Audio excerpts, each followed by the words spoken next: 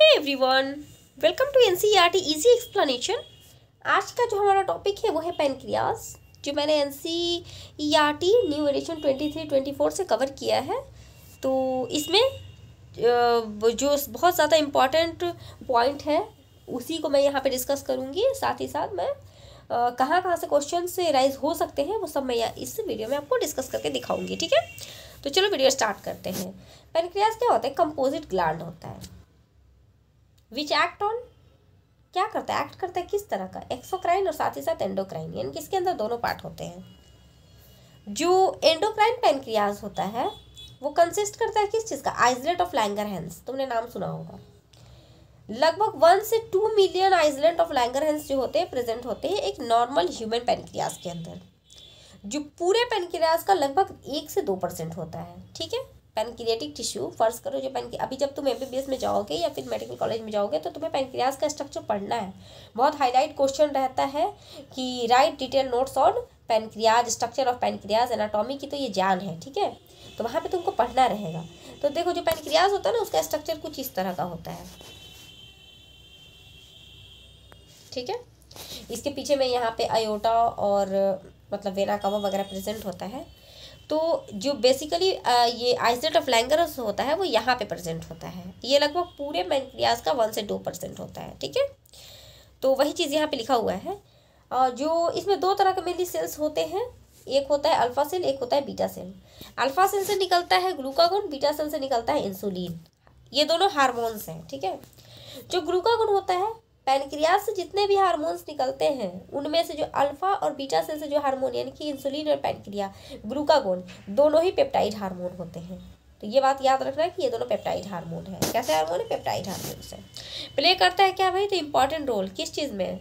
Maintain करने में, normal blood glucose level को मेंटेन करने में मदद करता है। इससे पहले अगर आपने मेरी थायराइड और पैराथायराइड हार्मोन की वीडियोस नहीं देखी है तो आप उसको देख लो एक बार, क्योंकि वहाँ पे भी वो दोनों कॉन्सेप्ट जब तक आप नहीं देखोगे आपको कैल्शियम लेवल कैसे होता है मेंटेन बॉडी के अंदर वो समझ नहीं आएगा। और जब तक आप पैनक्रियाज का टॉपिक नहीं देखोगे आपको ये नहीं समझ में आएगा कि इंसुलिन और ग्लूकागोन कैसे एक दूसरे के साथ एंटागोनिस्टिक तौर पे काम करते हैं और ये ग्लूकोज लेवल को कैसे बॉडी के अंदर मेंटेन करते हैं। ठीक है, तो जो ग्लूकागोन होता है वो मेनली एक्ट क्या करता है? तो ये लिवर सेल के ऊपर एक्ट करता है, यानी कि हेपेटोसाइट के ऊपर एक्ट करता है और स्टिमुलेट कर देता है ग्लाइकोजेनोलाइसिस, यानी कि ग्लाइकोजन को तोड़ने का काम करता है। लाइसिस कहीं पर भी अगर लगा है समझ जाओ कि कुछ टूट रहा है, और जिस चीज़ के आखिर में लाइसिस लगा रहेगा समझ जाना कि वो चीज़ टूटना है, यानी कि ग्लाइकोजन के लास्ट में है। इसका मतलब कि ग्लाइकोजन को तोड़ने का काम करता है। रिजल्ट क्या होगा भाई? तो जो वो होता है इंक्रीज कर जाता है ब्लड के अंदर शुगर लेवल। इसके अलावा जो हार्मोन होते हैं वो स्टिमुलेट करता है प्रोसेस ऑफ ग्लूकोनियोजेनेसिस। जाहिर सी बात है जो ग्लाइकोजन है वो किस चीज़ का पॉलीमर होता है? ग्लूकोज का। तो अगर ग्लाइकोजन टूटेगा तो ग्लूकोज बनेगा। तो ग्लाइकोजन का टूटना जिस तरह से ग्लाइकोजेनोलाइसिस था उसी तरह ग्लूकोज का बनना लास्ट में क्या है? जेनेसिस लगा हुआ है। तो किसी भी वर्ड के, मैंने इस चीज़ को पहले भी डिस्कस किया है लेकिन फिर भी मैं बता रही हूँ कि अगर किसी भी वर्ड के आखिर में अगर जेनेसिस लगा है इसका मतलब कि वो चीज़ बन रहा है। तो ग्लूकोज को बनाने का काम भी कौन करता है? ग्लूकागोन। इसके अलावा वो कंट्रीब्यूट करता है, इसको हम लोग हाइपर कैल्सेमिया में भी मतलब इंक्लूड किया जाता है।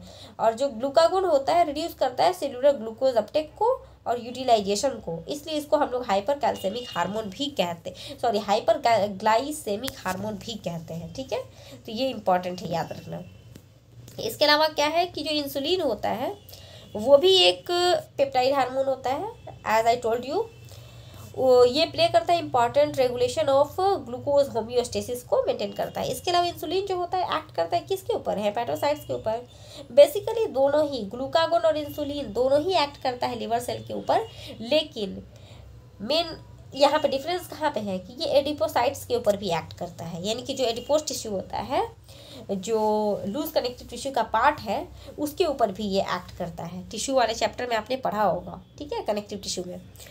इसके अलावा जो इन्हांस करता है सेल्यूलर ग्लूकोज को। ठीक है, तो ये सारा काम है इंसुलिन का। इसके अलावा कुछ और भी काम है, जैसे कि ये यूटिलाइजेशन यूटिलाइज भी करवाता है वही ग्लूकोज को। इसके अलावा rapid movement of glucose from blood to hepatocyte, यानी कि ये हमारा ब्लड वेसल्स है, यहाँ पे हमारा लीवर है, लीवर से ब्लड वेसल से लिवर के अंदर ये रैपिड मूवमेंट करवाता है।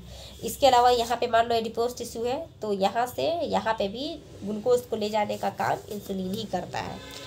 इसके अलावा डिक्रीज करवाता है क्या, किस चीज़ को, डिक्रीज ब्लड ग्लूकोज लेवल, कहाँ पे भाई, तो हाइपोग्लाइसेमिया की कंडीशन में। इंसुलिन जो होता है ऑल्सो एस्टिमुलेट क्या, conversion of glucose to glycogen. अब उसका जाहिर सी बात है, अभी मैंने बताया कि जो ग्लूकागोन होता है वो इंसुलिन के अपोजिट में काम करता है, यानी कि इंसुलिन ऐसे है तो ये ऐसे काम करेगा, उल्टा काम करेगा।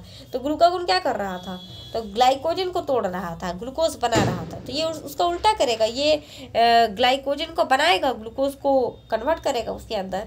और जो ग्लूकोज होता है होम्योस्टेसिस में जो ब्लड के अंदर पाया जाता है वो मेंटेन करता है।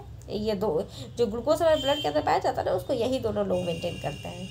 प्रोलॉन्ग्ड हाइपरग्लाइसेमिया, अगर मान लो किसी इंसान के अंदर ग्लूकोज का लेवल बढ़ा ही हुआ रहता है, ज़्यादा टाइम तक बढ़ा रहता है, तो एक प्रॉब्लम होता है जिसको हम लोग डायबिटीज़ मेलाइटस कहते हैं। ठीक है, ये डायबिटीज़ के पेशेंट में ज़्यादातर आजकल देखा जाता है। ये एक तरह की क्रोनिक डिजीज़ है, और जब आप मेडिकल कॉलेज में जाओगे तो आप पढ़ोगे कि डायबिटीज़ होता क्या है। बेसिकली डायबिटीज़ का बहुत सारा टाइप होता है, इसमें दो ठो आप ही को पढ़ना है यहाँ पे। एक होता है डायबिटीज़ मेलाइटस, एक होता है डायबिटीज़ इंसिपिडस।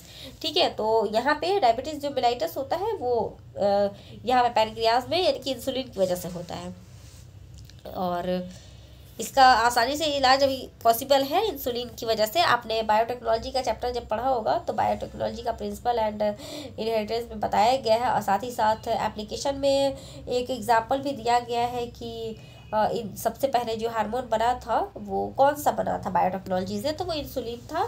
तो वो इंसुलिन इसी के लिए बनाया गया था। तो खैर वीडियो को यहीं पे ख़त्म करते हैं, मिलते हैं अगले वीडियो में। Thank you.